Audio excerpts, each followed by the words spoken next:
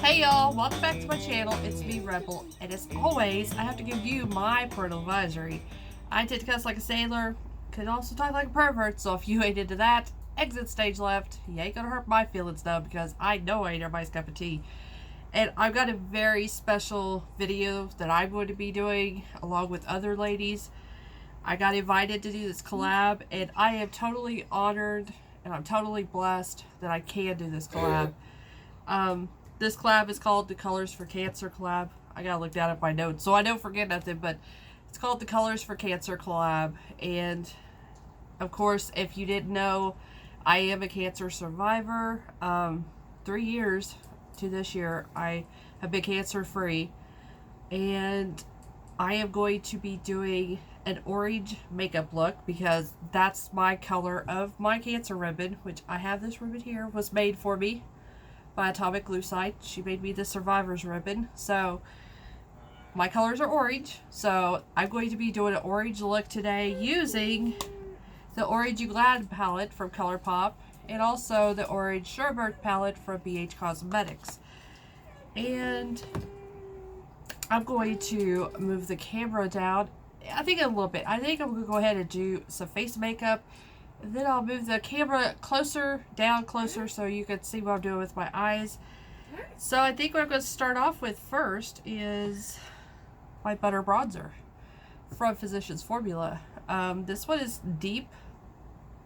That's all it's called, deep bronze. So it is kind of a little too deep for me, but I do like using it. You go in with a light hand, tap it off. It's not so bad, especially on this pale face. I like looking at here, see if there's a mirror. There's no mirror in there. I'm still trying to look at it. Okay, stop. So just a very light, just kind of shadow over there is all I really want.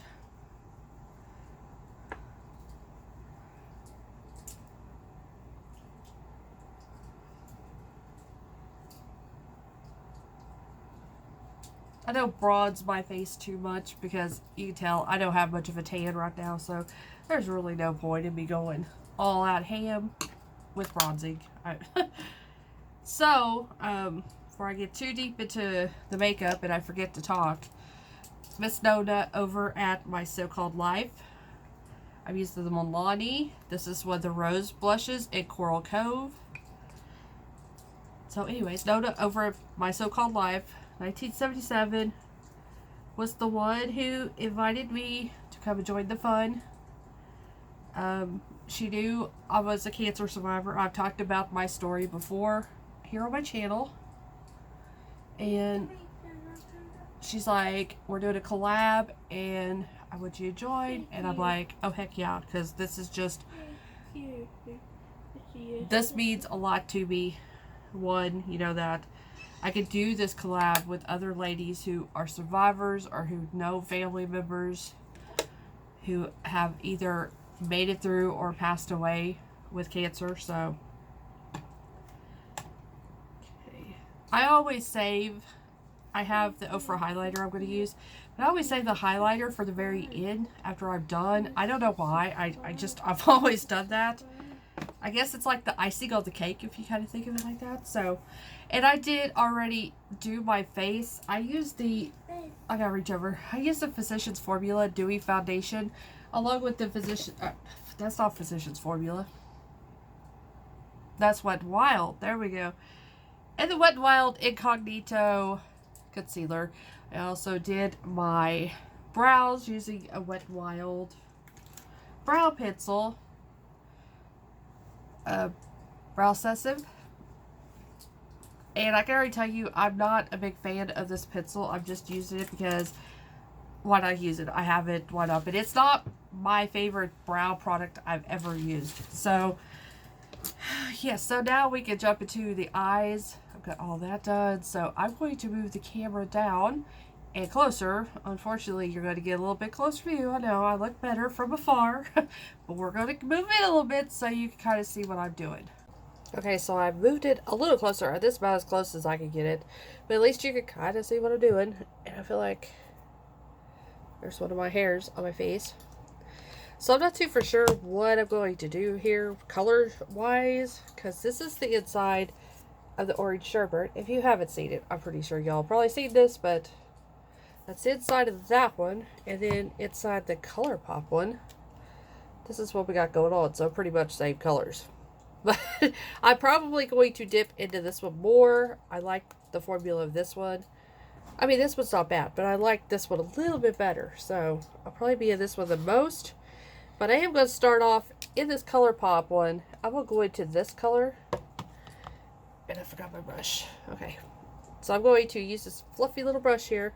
And I like using a color that is close to my skin tone color. And I like using it as kind of a base to my shadows. Since I don't use an eyeshadow primer, I use concealer for my eyeshadow primer basically. So since I do that, sometimes the shadows will not blend. They'll just stick to place because my concealer is sticky in a way. So I like doing this to give my shadows something to blend over, so they can glide over this base, shadow base, basically. You don't have to do that. It's just something I like doing personally, so I have an easier blend whenever I'm working. So let's see, what do I want to do here? So I'm going to go into the color Tangerine. This is out of the BH palette. We're going to go and work on my crease. I am going to go into a mirror though. I've covered up my big mirror with this phone, so I am going to be using this. I still got glue in my lashes. I wore fake lashes yesterday and I didn't get all the glue out, so I'm seeing it now. So I'm going to talk a little bit about my story. And I was diagnosed in 2017, December 2017, right before Christmas, of course. I got diagnosed. Well, I really technically didn't get diagnosed then.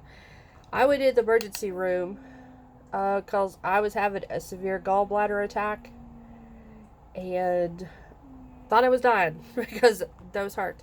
So the ER doctor wanted to do a CT scan to see if my gallbladder had ruptured or what's going on there. So we did a CT scan. And he came back in the room. He ran my best friend out of there. My best friend was up there with me. Billy couldn't make it because he had to stay at home with the boys. So my best friend was up there. He ran her out of the room. And I knew at that point something was wrong. Anyways, where was I? I think I was at the part where he ran her out of the room. He ran my best friend out of the room. And I knew at that point that something was wrong. You know, if he's running people out of the room. So I braced myself because you just have a gut feeling something's not going to be good. And sure enough, he revealed to me that there was a mass inside my left kidney. I lost it, as anybody would, you know. I lost it. He was trying to explain to me, and I was hysterical. So he let her come back in the room and asked me if it was okay if she heard. I said yes. Please let her hear the news because I'm not going to remember this. And sure enough, I really did remember a lot of it because I went straight into, I guess, shock. But yeah, he told her I had a mass the size at that time of a walnut. It looked like the size of a walnut. He said he couldn't tell if it was outside the kidney or inside the kidney, but it was on the kidney. So he said I needed to see my primary care doctor, my primary physician, and I'm going to show you all what I'm doing next. I'm going to go into Zesty and to set up an appointment through him to see a specialist as soon as possible. So I went home that night, and like I said, I went in complete, I don't know, denial, shock, something, and she told Billy everything because I was just sitting there, couldn't talk. I just stared off into space is what they said. I remember that night holding my dog. Of course, you know, she had to leave, go home. Billy had to go to sleep because he had to go to work the next morning. So all I had was my dog. Everybody, was asleep. So I had Rudy, and all I did was hold Rudy all night and cry and look at the Christmas tree. I had the Christmas tree plugged in, and I just stared at the Christmas tree all night, sat in the dark, and crying. Thought everything was, well, my world was ending, basically, is what it felt like. So, go to my primary care doctor, tried to get me set up with another doctor. That was a joke. I'll just flat out admit to you, it was a joke. I wasn't getting no callbacks from the specialist. And we get, past Christmas, and we're going into January. And at the beginning of January, I started not feeling right. And my primary care doctor told me that if I start having weird pains, unusual pains, coming from my back in that area, or just not feeling right, he said go straight to the ER. Don't pass go, don't collect 200, just go straight to the ER kind of thing. So it was a Friday evening. I wasn't feeling right. And so I was talking to my best friend, and we set it up for that morning, early morning. She was going to watch my boys, and Billy was going to take me to the hospital, the ER hospital, the big one. We went, the first time I was at my county hospital, so we went to a big one in Tulsa. And clean my brushes off really quick. Went to that one, and I told him what was wrong. I wasn't feeling good. I was hurting in my back area, and I had big feeling good since I was diagnosed. I don't know if it was just nerves getting the best of me. I wasn't diagnosed yet, but when I found out the mass, I don't know if it was just the nerves, the stress of it all was getting to me at that point, or what it was. But with the pain and everything, I went ahead, just went in and told him what it was. I want to use this color out of this ColourPop palette. Told him what was going on and everything. So that doctor, he wanted to go ahead and run a CT himself. They also did a sonogram. They wanted to see what was going on. So we did all that. He came back. He said, you are absolutely correct. You do have a mass. That time is going to golf ball size. He said it was what do you say, an inch and a half or something. He said it's almost the size of a golf ball. So he said it definitely, if it's went from walnut to golf ball, it definitely needs to get something done about it now. So he put me in touch with the hospital's specialist. Of course, on a weekend, he said nobody was there. A urologist or nothing was on staff at that time. But he said, I'm going to send over your info and have that doctor get a hold of you. So we did that and everything, and he didn't quite say it, but he could say it, but he pretty much, let us know it was cancer and it needed to be removed soon. And so that luckily that doctor, the new doctor, got a hold of me that next Monday instantly. That early that morning, they called me, setting up an appointment for that day. They wanted to see me that day on Monday. So okay, now these, I'm going to go in all three of these shimmer colors, and I'm just going to use my finger. For me, that's the best application. It gets more payoff that way. So I'm sorry if this makes you cringe doing it this way, but that's the way I like doing it. So I'm going to go first in the dark color Tangy, and then I'm going to go next into Citron, and then I'm going to go into Yum. So I'm going to try to do a gradient across my lid. So he sees me. He said he looked at the results. I'm trying to look around. There's like a mirror right behind this phone. I can't see it. It's driving me crazy.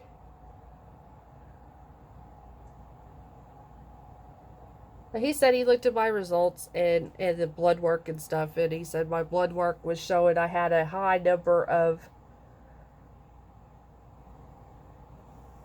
white blood cells. and I had no vitamin D. It was gone. It was already gone. He said, and then looking at the shoot, the CT and the, what else am I thinking? The other test. When he was looking at those, he said 99.9% that it's cancer. He said, I've seen this a lot. He said, there's no point in doing a biopsy. He said, because your kidney is just going to have to come out. And he said, it's going to have to come out soon. So then I'm freaking out at this point. I'm like, oh crap. So he's like, I go to, he basically had to round up a bunch of doctors to help him. So that was in middle January. So February the 20th was the day that what I called Marty the Mass got removed. Like he said, there was no point in doing a biopsy because he pretty much guessed it was cancer. And he said, since I'm going to have to be removing everything, there's just no point. It, put me through the biopsy and all that. And so I was cool with that because I heard biopsies are not that much fun. So did that, got the surgery done, and surgery was rough. So that he's told us it'd be about a 2.5 hour surgery. Wound up being close to 4 hours, I think. I think that's what the time was. The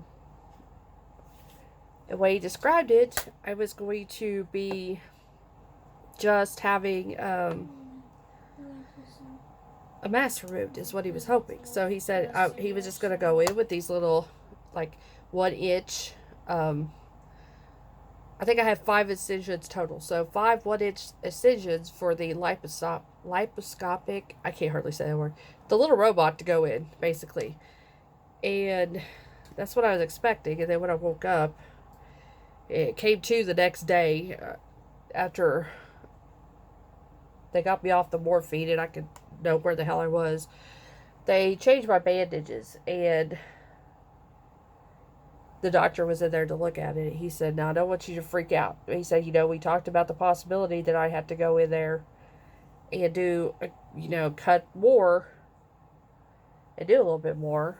And I said, yeah, I remember that. And sure enough, when they pulled the bandages off, I had a 7-inch incision, about that long, going down the side of my belly.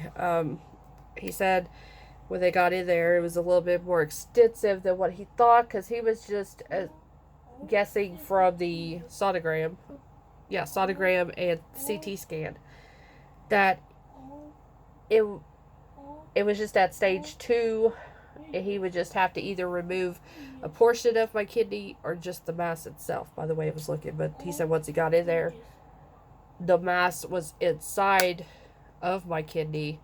It worked its way out of my kidney, and it was starting to invade lymph nodes and tissue, and was very close to the liver. So it went to stage 3, and he had to totally remove my kidney, the arteries and stuff connecting the kidney, lymph nodes, some tissue in my back, part of my muscle around that area. Whatever was touching or whatever the cancer was on, he had to remove it all. So that's why it took so long. And he said it definitely was cancer. They sent it to pathology, and it was definitely cancer. It was renal cancer. So we got that done and over with, and it was a long recovery because it was extensive surgery. And to this day, I still have issues with my back. Hurts. About every day it hurts. I have pain from either the surgery area to my back. And other days it's almost crippling because it hurts so bad. And since they did a test on my kidney, the kidney I have left, the kidney function on that one is not 100%. So I had to baby the shit out of that one. So I can't take a lot of medication, or I try not to take a lot of medication. I'm not supposed to be taking ibuprofen. I have to sometimes though. But I'm supposed to just take Tylenol, but I'm only supposed to take that, as needed. And so I'm going to go back into this color here and this color here. I'm going to go on my lower lash line. Lower lash line. There we go. Now it'll work. Yeah, I still have issues to this day with that.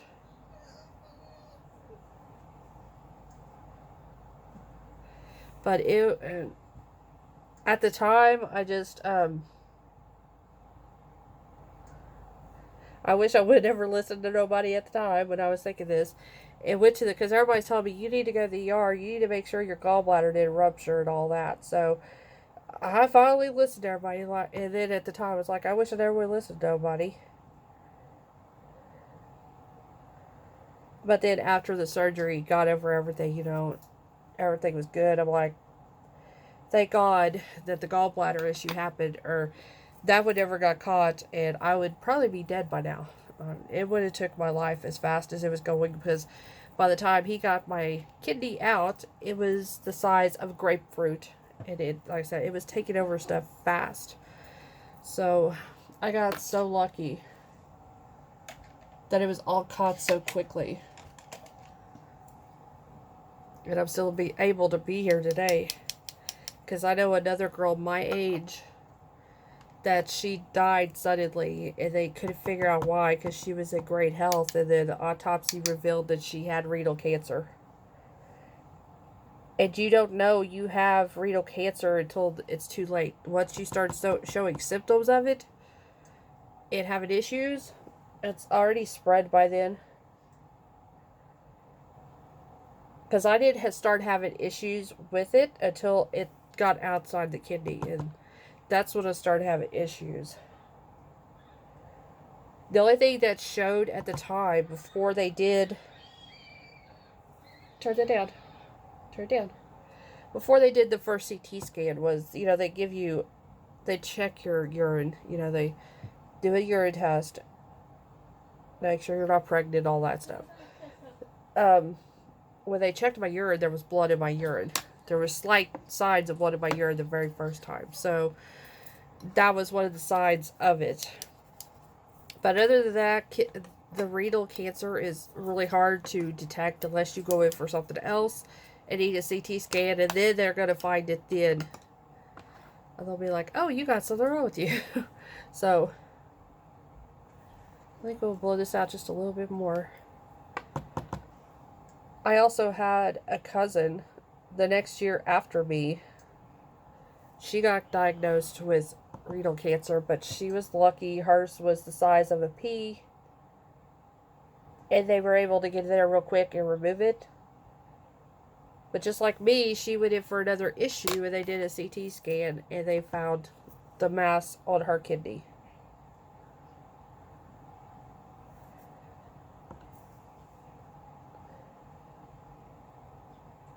But that was... At the time, it was the worst thing ever. I physically wrote down... I had a notebook. There we go. I could think. A notebook. And I had my funeral arrangements, written down what I wanted.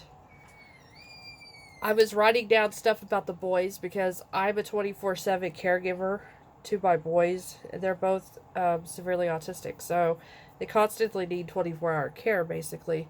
I'm going in with LA Girls, Pastel Dreams, and Marshmallow. So it's white. I'm going to go with my waterline with it.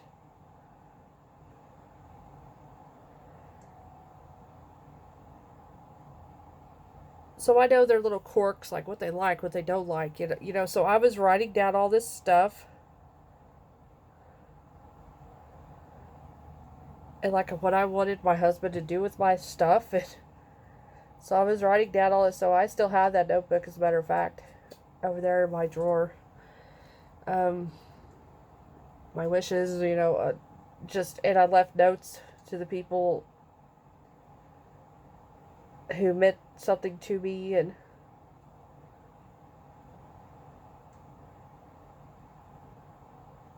I was trying to take video of myself talking to the boys so they could at least have mama, you know, on a video. I'm going to start crying. Here I am doing this look and I'm going to start crying. But that was the worst part of it. Not so much I was afraid of dying. I really at the time wasn't afraid of dying. What I was afraid of was leaving them by themselves. Leaving my boys. That was like the hardest thought. Not so much the dying part. At the time I was past that point, like, okay, well, if I'm going to die, I have to do all this. But I just didn't want to leave them. So that was the hardest part, was doing all that. But at the time, it was horrible. And it was something really horrible. And I would wish nobody to go through that, because that was horrendously bad. But now, looking back at it, it definitely was a blessing in disguise. Me and my husband, it's really straining on a relationship, marriage, whatever. I want to use this lash glue here. Well, no. I want to put on my mascara first. This is Lash Princess, by the way.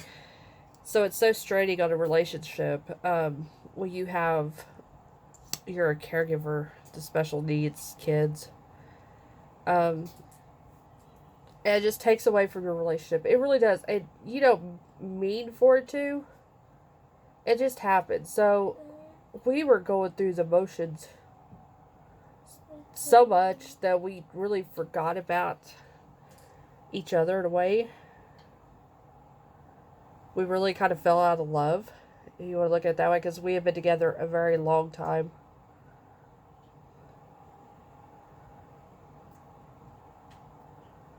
You have to be really careful with this. It clumps super easy because it's such a thick formula, but it gives such great fullness, as you can see, and length to the lashes, and it's super cheap. This Gunaville mascara is super cheap. It's wonderful. But anyways, so we were going through the motions. Basically, we were roommates. Co-parenting is what it kind of felt like. And after, basically about losing me, it woke both of us up in our relationship, and we've never been this strong before, I don't think. Now we've even got a stronger bond. We don't take each other for granted now. And so really all that was a blessing. I was just blessed that it was caught on time. And I'm still here. What did I do with that? I just had that glue and now it's gone. Okay. I put it up. That's why. Now I'm going to use this. This is actually a lash glue, but I'm not going to use it for lashes. I'm going to get a little sparkly because I need to sparkle. Because this is something that needs to shine. So I'm going to put it kind of out here on my inner corner.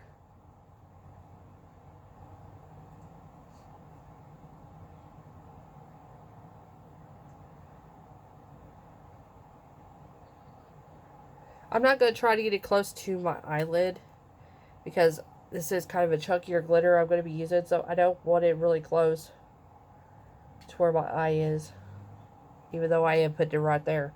But you can use this stuff as a glitter glue. I have before. It's harder to take off than regular glitter glue is. But it works just the same if you just let it get tacky, like you do your lashes, 30 seconds or so. Let it sit there, get tacky, and then apply your glue or your glitter, whatever gems, whatever you want to use, and it'll work. So I'm going to use that chunky glitter that's in this ColourPop palette. I'm just going to apply it with my pinky.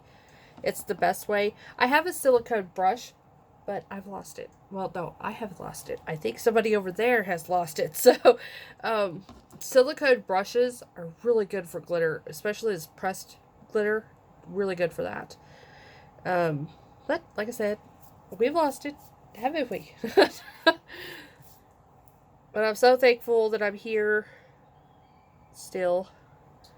able to be a mama, able to be a wife, able to do this in video. And so, yeah. There it is. Ooh. So I'm going to just stick it all there. Like I said, I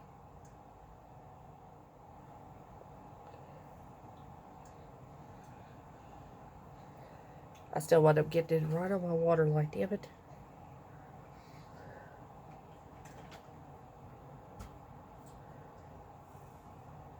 You can't really, I mean, it's there once you get close, but just a little something.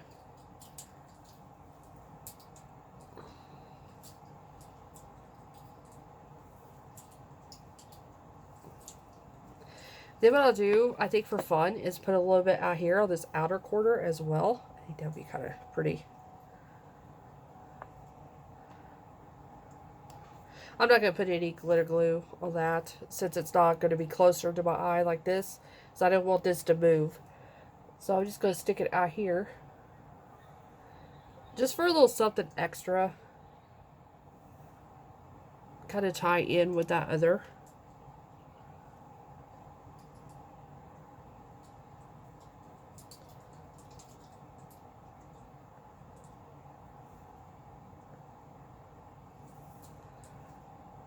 And just kind of tap the excess around.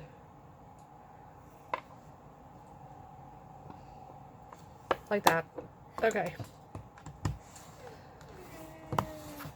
This is a pretty look. I'm not a huge fan of orange, so I don't do a lot of orange looks. But now I think I might have to, because it actually don't look too bad with this blue hair. So,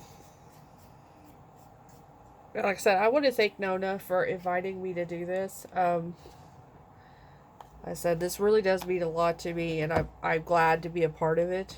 I'm glad that I could tell my story, still here to tell my story. So I go in with my Ofra highlighter. This is the no, what is this? This is just retrograde.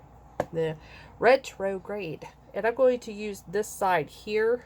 So I'm going to do that first. I'm going to get some on my brush and put some on my brow bone for just a little bit of highlight.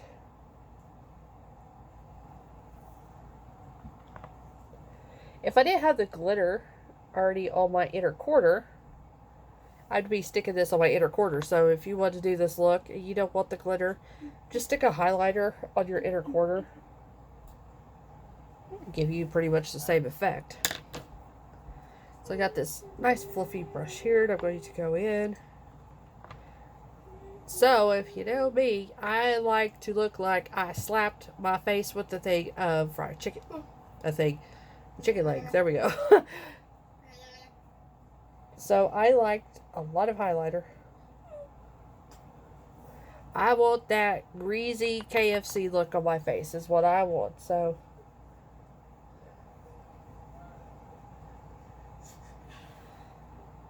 now I try to maintain myself because I might have new viewers that don't know me.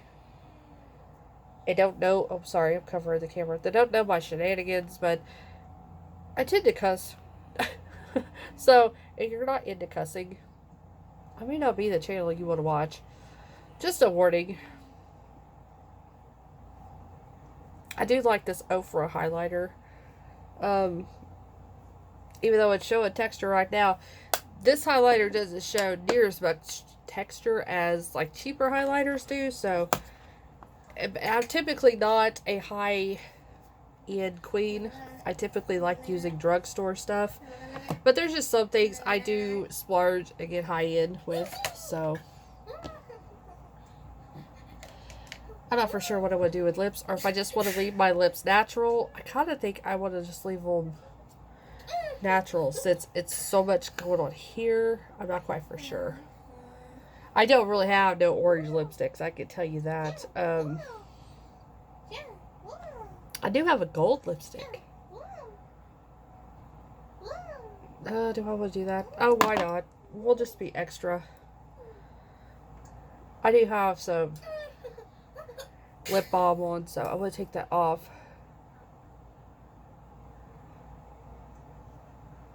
Okay. So this is the KVD Everlasting Glimmer Veil, I think it was actually called Kat D, but we're going to call it KVD. As I bought it when it was KVD took over. So, okay. So this is the color. It is a goldish orangey color. It does cast a little bit of orange.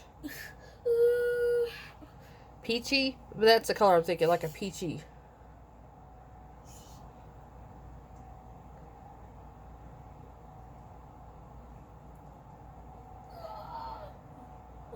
It don't add too much color to lips. It's just almost more of a topper.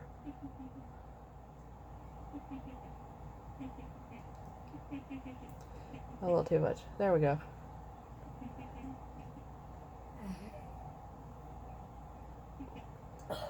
It just adds some shine. Like I said, it's not my thing, but some people like a really glittery, bronzy kind of looking lip. I like vampy, darker lips if I'm going to do lipstick. So, it dries down completely matte in a way. So it doesn't come off, doesn't transfer, nothing once it dries down. But yes, this is my look. And I will move the camera out a little bit so you're not so in my face. But I guess you could look really quick. Take a good look. There we go. So once again, thank you so much to Nona for adding me to this collab. Like I said, it truly means a lot to me. Much love to anybody who has lost somebody to cancer, or if you've been through cancer, I feel your pain. So yeah, thank you so much for watching. Thank you so much for subscribing. It really does mean a lot to me. And if you haven't subscribed, please hit that subscribe button down below. It don't cost you a damn thing. Nothing. And also, give me a like. Give me some comments. And if you... I don't see why you can't do this. So, hashtag Colors for Cancer collab. If you want to do this look too, somebody that you know you've lost to cancer, or you personally, if you had it, pick your, or get your color, your ribbon color, there we go, and do it. Do the look. Put it on video and hashtag it so we can all see it too. But anyways, thank you so much for watching. Thank you for subscribing, and I will see you guys really soon. I truly love you all. Bye.